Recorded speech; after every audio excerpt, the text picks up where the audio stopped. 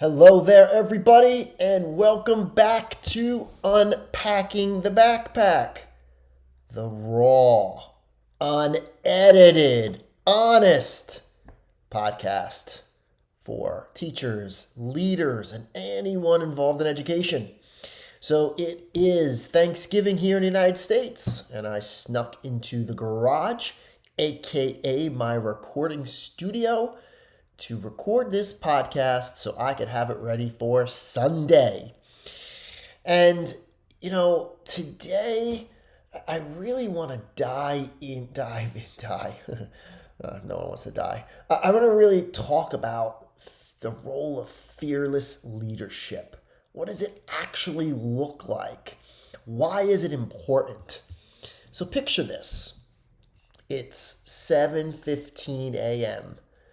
You're unlocking your office door. You haven't even had your second cup of coffee. And you already have 3 emails from concerned parents, a teacher out sick with no sub, and a district mandate that completely contradicts what you told your staff last week. Then you look at your calendar, an observation, an IEP meeting, budget review, discipline hearing. And right there, in the quiet before the first bell, the familiar feeling creeps in. The tightness that is in the chest. The imposter syndrome. The voice that whispers, "Are you sure you're the right person to captain this ship? What if you make the wrong call and it impacts a child's future?" Welcome to educational leadership. So as we think about being back here on unpacking the backpack, where we move beyond the buzzwords to get to the heart of leading schools, let's talk about fearless leadership. Now, when I say fearless, I'm not talking about being a cowboy. I'm not talking about ignoring the school board or steamrolling your faculty. In education, if you aren't feeling a little bit of fear, you probably aren't paying attention to the stakes. We are dealing with human lives, not widgets. So I want to deconstruct the myth of the hero, principal, superintendent, any other education leader. We are going to look at why uncertainty triggers our survival instincts. And I'm going to give you the 3 pillars of fearless action that you can take to your next faculty meeting, district meeting, whatever you need to do. So, shut the door for a minute, or turn up the volume on your drive to school. Let's get into it. Let's start with the biology.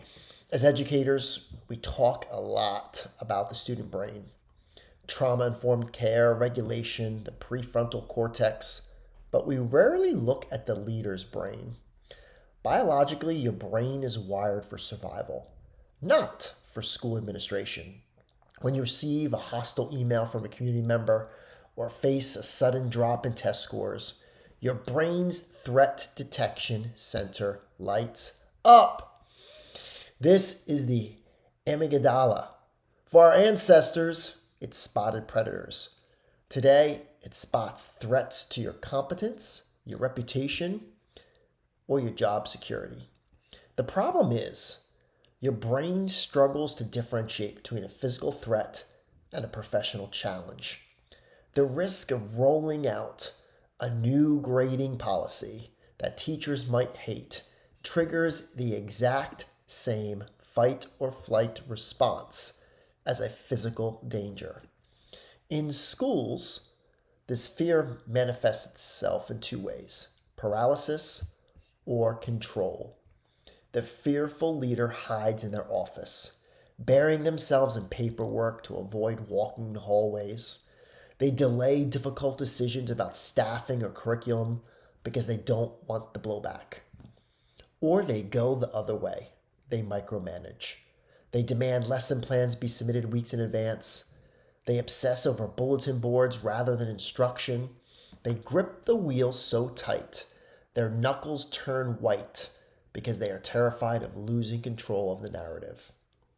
Fearless leadership is the ability to override the biology. It's feeling the heart race before a contentious PTO meeting and saying, I am anxious, but this mission matters more than my comfort. Great leaders aren't the ones who never get scared.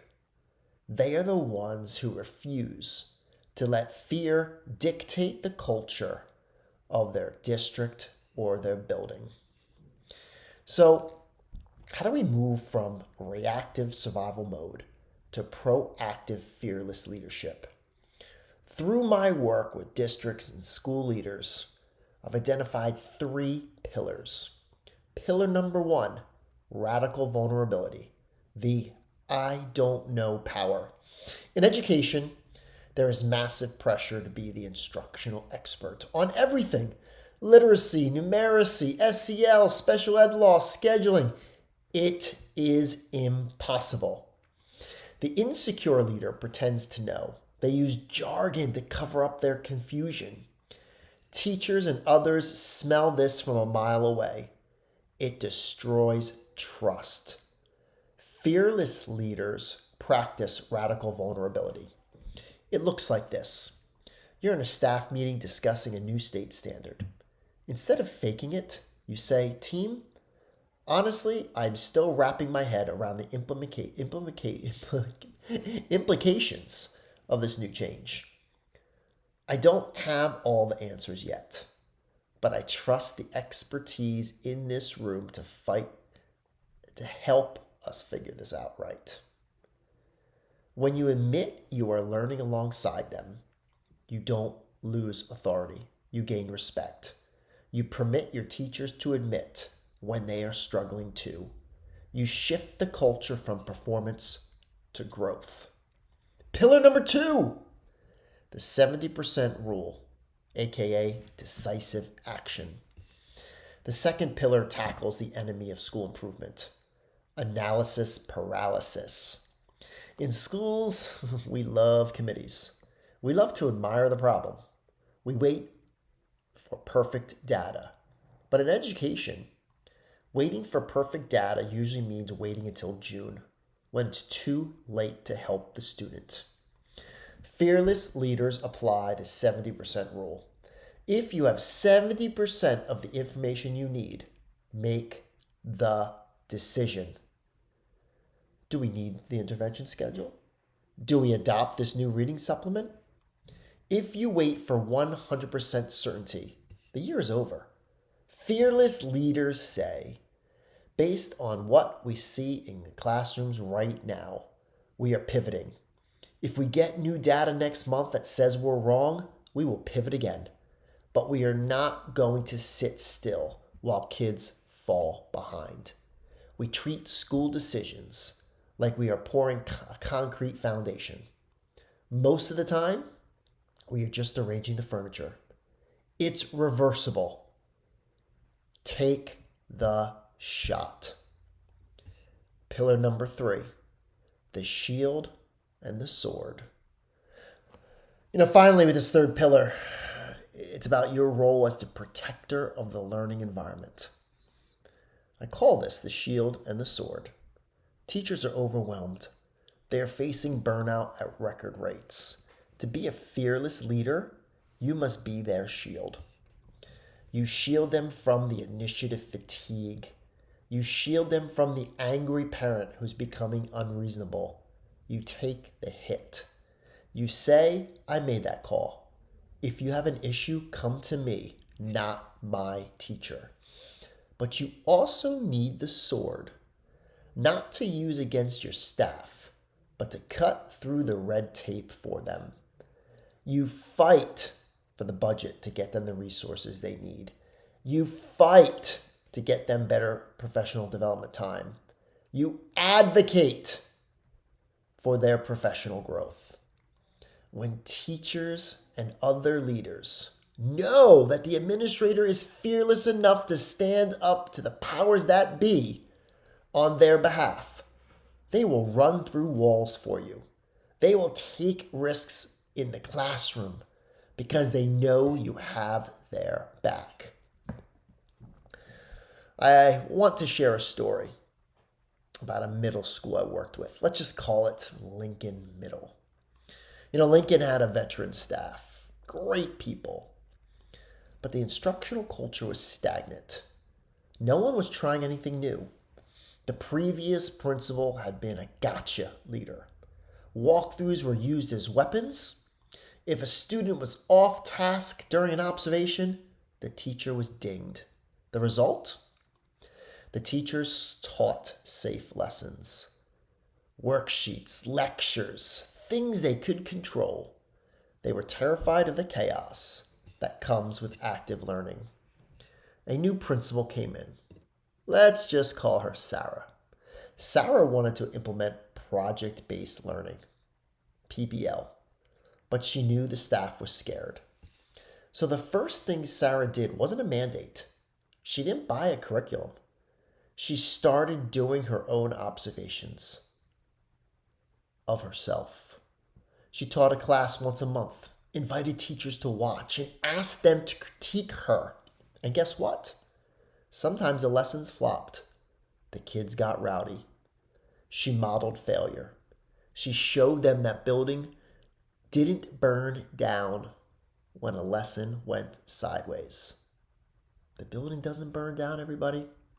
She built psychological safety, this concept popularized by Amy Edmondson, which creates a quadrant where high accountability meets high safety. Because Sarah was fearless enough to be imperfect, the teachers started trying new things. They realized, if I try a PBL unit and it's messy, I won't get a bad evaluation. I'll get coaching. Here's the takeaway.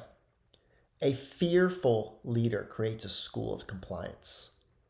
A fearless leader creates a school or a district of innovation. If your meetings are silent, that isn't respect. That is fear. And you have to be brave enough to break that silence.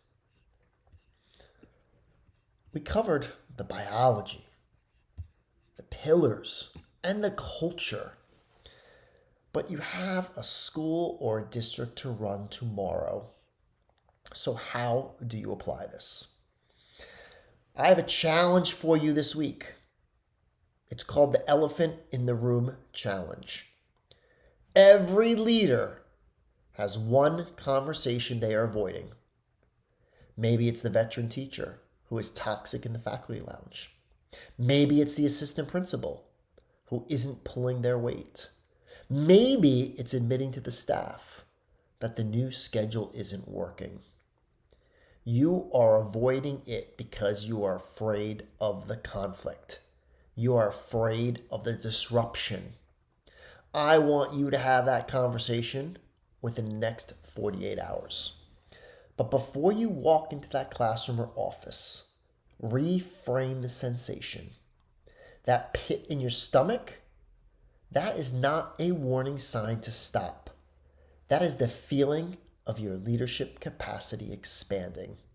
Say to yourself, I am willing to be uncomfortable so that this school or district can be better. If you step into that discomfort, you signal to your entire staff that clarity is more important than comfort. Leadership in education is not about the title on your door. It's about the shadow you cast. Being a fearless educational leader doesn't mean you stop caring what people think. It means you care so much about the students that you refuse to let your own insecurities get in the way of their success. It's about radical vulnerability, admitting you're human. It's about the 70% rule, moving forward before it's too late. It's about being the shield and the sword for your people. Our schools and districts don't need perfect leaders.